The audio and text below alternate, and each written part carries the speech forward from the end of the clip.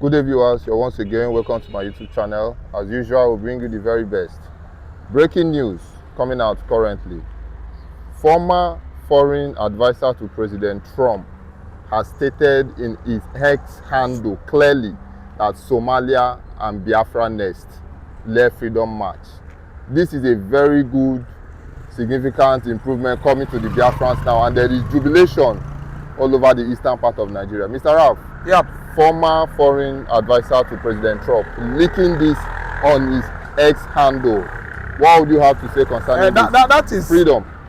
Donald Trump, foreign policy advisor, especially African policy, has actually made it clear to the entire world that emancipation of Biafra, sovereignty, and Somalia is the next option for Trump, to perfect after Israeli-Iran face-up.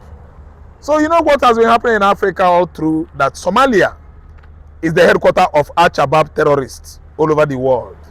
Al-Shabaab has started the operation in the 90s, operating along Kenya, Southern Africa, Uganda, and Congo, Mombasa, and Bujumbura, which is Burundi, and Somalia. They are there, Horn of Africa. The terrorists that pitch their tents on the horns of Africa. Where the horns of Africa are, the country that are located in the Horn of Africa are one, Ethiopia, Seychelles, Eritrea, Somalia, Burundi. Having their border with Dar es Salaam, Uganda. Then again, the capital of Kenya, and so on and so forth. Even they stretch their operation down to Southern Africa. There are various times they attack universities, schools in Kenya, attack people in Southern Africa, and all these, terrorist group in Somalia are supplied, are funded, financed by Iran. So that's why America has stretched their, tentacles of bringing, peace into Africa contraption or continent, by making sure that Christian genocide that is going on right now in Africa is curtailed, since they have actually clipped the wings of Iran. I mean Israel and America. I think Somalia and Biafra emancipation, a country, a nation within Somalia that has been going through what Biafra is going through, must actually emerge this year, 2026. So the foreign policy advisor to Donald Trump, has actually made it clear that the next port of call after leaving the entire Middle East spirals, where Iran has been over the years rubbished with their Islamization policy, are Somalia and Biafra. Look at the Christian genocide going on in Nigeria. Over the years, we've seen it from 2015 till date. A situation whereby the terrorists called Boko Haram, Fulani herdsmen, have been attacking churches in the Mid-East in their large numbers, mid-north states of Benue State, Kogi State, Taraba State, and Plateau State have been their, utmost target. And they succeeded on devastating some churches, Christian communities in southwestern Nigeria. Some months ago, that was under the administration of Muhammad Buhari. Even now that this man that has taken over from Muhammad Buhari boasting of maintaining or following up Muhammad Buhari's policy and the legacy, the terrorists that are busy attacking Christian communities are still making waves across southwestern Nigeria, killing the village heads and community heads, slitting the throats of innocent farmers in their various farmland. People could no longer go to farm to cultivate in Ondo State.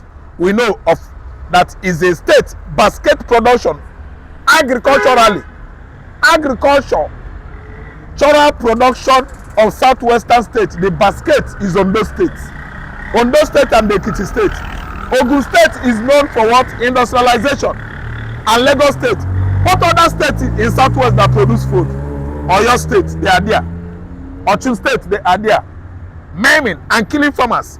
But the main basket food of south western region is Ondo State, Ekiti State, and Oyo State, just small scale.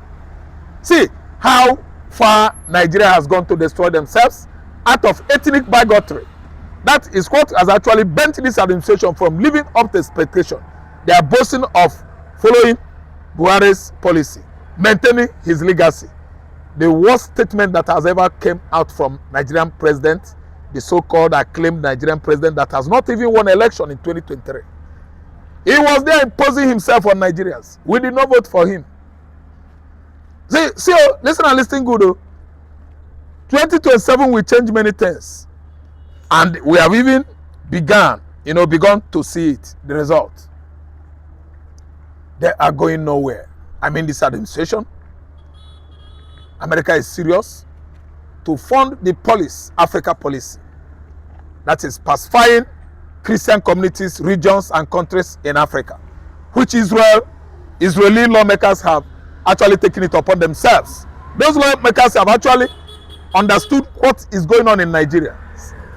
Slaughtering of Christians in their large numbers, slaughtering of Palm Sunday worshippers has indicated that Fulani terrorists, Fulani bandits, sponsored by Iran, have actually reached an agreement of eliminating Christians in their large numbers in Nigeria. And that's why Donald Trump is running helter-skelter from north to south, east to west, all over the globe, pacifying with European, let me say, crooks like Britain and France, who are busy romancing Iran and other terrorist sponsoring spirals in the south, in the Middle East, Europe, Yemen, Iran, Syria. And this time, Trump has taken it serious. We are marching forward. The Christian communities in Nigeria is about liberated. What is going on right now in the Mid-Belt is an eyesore to the entire member nations of United Nations. Ozugo, enough is enough. Oh, Albany, puta, ewoji, you can never. Iye nwere ki jide ewoji na Albany.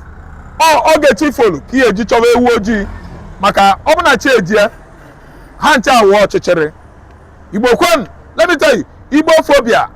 If una asi akpolu ndi Igbo, onya melo, ina aga na Nigeria, if you mention Oduduwa Republic, everybody they will embrace you. Ina aga na Nigeria, iwere onu gi kwuo Arewa is for not the Hausas, they will embrace you. But if you dare mention Biafra, iwere onu gi all Biafra anywhere in Nigeria, they will beat you as if you are a snake. Tell me why. That is called ethnic bigotry, and it has come to stop. That is why we allowed Trump's victory in spirit, and today it has manifested into physical reality. There must be a full stop to Christian genocide. Finally, Mr. Raf, you said it. A Biafran agitator came out online saying that even inside the barracks, the soldiers are being killed. Now, this brings her to the question she's about to ask the Nigerians, that Shebi, all of them, let me use that word, said that Simon Ekpa is a sponsor of terrorism in Nigeria. Is Simon Ekpa also the one responsible for the killings inside the barracks? No, let me interject. Sorry for intrusion. Yeah, listen. It has brought a serious shame on Nigerian army. Nigerian army are just running their mouths. They are nothing but cowards. The people that are busy killing and slitting the throats of generals, colonel, and lieutenant in Nigerian barracks scattered all over the north are the Fulani bandits, not Simon Ekpa. When it mattered most in the southeastern Nigeria, Simon Ekpa was part of the ESN, the forest guard that are mounting our forests and farmland in Enugu, Anambra, Imo State, Abia, Ebonyi State, and Anambra State, and so on and so forth. They were doing their work well, and this did not augur well with Fulani army. The army in Nigeria are Fulani army. The so-called foot soldiers are Fulani soldiers. That's why they actually confront ESN. When ESN and other security outfitter, having serious fire, yes, armed confrontation with Fulani jihadists, the Nigerian soldiers and army will join forces with Fulani jihadists attacking the ESN and our forest guard in the southeastern Nigeria. Ethnic bigotry and Igbophobia, that is hatred of the Igbos. Igbophobia, Igbos are thoroughly hated by the Fulani army, Fulani police, by federal government of Nigeria under the control of Fulani. It is a shame in this administration and a shame in the previous administration that they have been clamoring against Simon Ekpa's sponsor of terrorism in Nigeria and the West. The Americans, the United Nations has never been able to come out with any tangible evidence Simon Ekpa sponsored in the past or sponsoring terrorism in Nigeria. Who are in charge in the barracks? The same Nigerian Fulani soldiers. That's why the Fulani bandits, the Fulani Boko Haram and herdsmen are having field days in the barracks across the north, you know, slitting the throat of generals and the lieutenant colonel. Look at the kind of blunder Nigerian military industry have actually found themselves. A whole general, a whole lieutenant, do you know what it takes to raise a general? They are being killed and maimed on daily basis by native Fulani men. Do you know what it takes Nigeria to raise those generals and lieutenant colonel? They are wasting the lives of our brilliant, brave soldiers. I'm telling you. Every government that comes and goes from 2015 till date are found culpable of sponsors of terrorism in Nigeria. They are all birds of same feather. That's why terrorism, insurgency have actually refused to go. They are still here, deceiving themselves. One of the soldiers came out to say they took us unaware. They took us unaware, and people came out crying and shouting. For a soldier to come outside and say that they took us unaware and defeated us inside the barracks. Can you tell me how could you take soldiers unaware? Soldiers are trained for what? Internal aggression or incursion, external aggression or incursion, and they are well prepared anytime, any day. You don't tell me that soldiers are complaining of being taken unaware. It is as a result of what? Idiocy, tribal bigotry. Instead of doing the reality, facing the reality, they face what? Hoax and the illusion. The soldiers are just complaining out of what? Illusion. They are complaining out of an inevitable mistake they made because of hatred of Igbo man. Listen, Igbo man has gone. Taking them unaware, Nigerian soldier, I know, that was the best in 90s, the best in 80s. They went to Namibia independence in 1989. They came out the best military, the best police in the world. They won it as an award. If you doubt me, ask my friend Michael Oladoko from Abeokuta. Listen and listen good. This complaint, they took us unaware. Now why you complain? Nigerian military has been politicized, and that's why the Fulanis are having their field day. By the time Fulani jihadist finishes with Nigeria, we will never wake up again. Educated than Igbo man in Nigeria is the same Biafra man that Nigeria proscribed as terrorist. We are number one in education industry in 1960s. Kenneth Onwukadike, the first VC, 1948. That was when University of Ibadan was what? Initiated, built in Nigeria. The first VC there, Vice Chancellor, was Kenneth Onwukadike, Professor of African Culture and Tradition. He lectured the West on African culture and tradition. Yet, they are claiming that they are more educated in Nigeria. Who gave you education? Awolowo made free education here. Does not mean that you are the only one that benefited. The Igbos were here donkey years, many years in Yoruba land. Igbo man was part of the benefit of free education by Awolowo Obafemi. So let me tell you, in education industry, go there, we are there. We are there many years. The first Nigerian Senate president was Nwafọ Rizu. He's from Nnewi. He's an Anambra man. That's when you talk about law, making law. They are the highest law-making body, race or tribe in Africa. We are the one. Tell me where we are lacking behind in Nigeria. Look at Fulani man that only rear cattle, you know, are into animal husbandry, you know. They graze from Futajelo Highland, where River Niger takes its course or source, from Futajelo Highland to Niger to Nigeria, where they actually ended up in the whole regions of the country pitching their tents and tarpaulin, ruga. That is what they know. They don't go to school. They don't go to university. Presently, the great Fulani politicians has learned how to send their children to school in the UK. Igbo man started 1940s. Igbo man started 18 something. The Igbo slaves that came back from Texas, 18 centuries, they were wonderful people. The Igbo slaves that settled in Sierra Leone, they first wrote Onwu orthography in 1961. The first Igbo books were written by Sierra Leone Igbos. They were slaves that migrated from United States of America. Some of their descendants are still living there till date. Someone is saying Igbo man is not learned. Who are you? Whom do you think you are? We are more educated than any tribe in Africa. If you don't know, we touch everywhere. We are in Tanzania. We are in Dar es Salaam. We are in Uganda, Kampala. We are in Zambia. We are waxing strong in Ghana. Oga, you can't rub shoulder. You can't contest with Igbos. We are too far. Hausa is not more educated, as I say, half than my community in Anambra State. Oga, Igbo is over subjugated, neglected, and oppressed in Nigeria, which is why our case is different in the army, in the police. I want to know the last time Igbo man was made IG of police. But he's on a platter of, let me say, global platform. Let us do our research. You can ask Google. The last Igbo IG in Nigeria, which year? The last Igbo chief of general staff, army staff, or whatever. He did well. 2009, Abi, 2010. He was changed by Goodluck Jonathan. Was not that the last time? How do you do this kind of injustice? You know, over what is right. Give Yoruba, give Igbo, give Hausa, give Yoruba, give Igbo. This is the two nationalities you have in Nigeria. You sideline the other one. The true meaning of bigotry is it. Ethnic bigotry, religious bigotry, everything is a political bigotry. Everything about political leadership, Igbo man is over neglected, looked down upon and sidelined.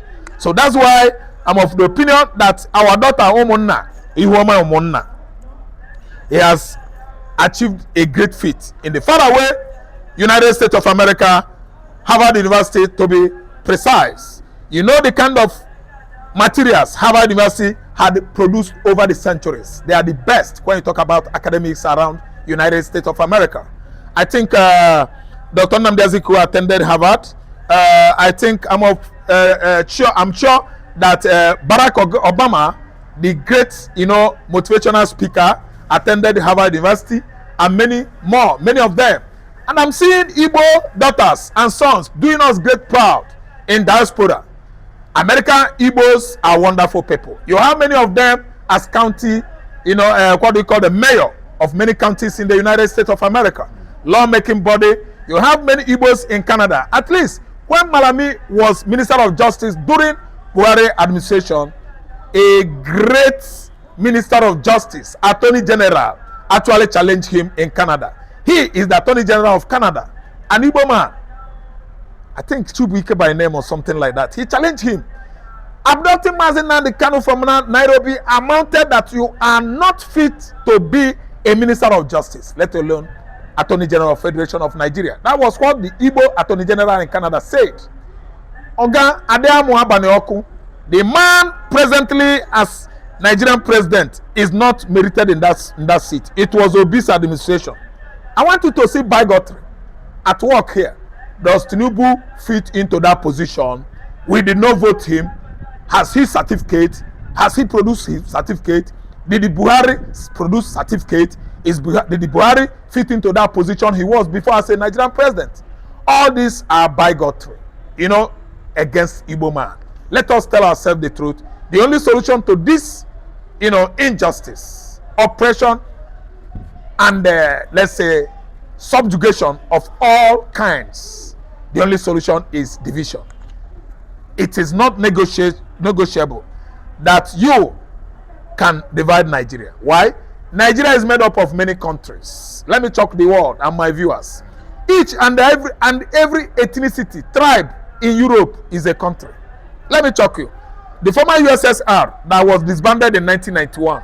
USSR meaning Union Socialist of Soviet Republic or Union Soviet of Socialist. No, Union Socialist of Soviet Republic, USSR, were all tribes. One, Kazakhstan, Russia, Ukraine, Maldives, Lithuania, Georgia, and so on and so forth. All these are ethnicities. Do you know that they are countries right now?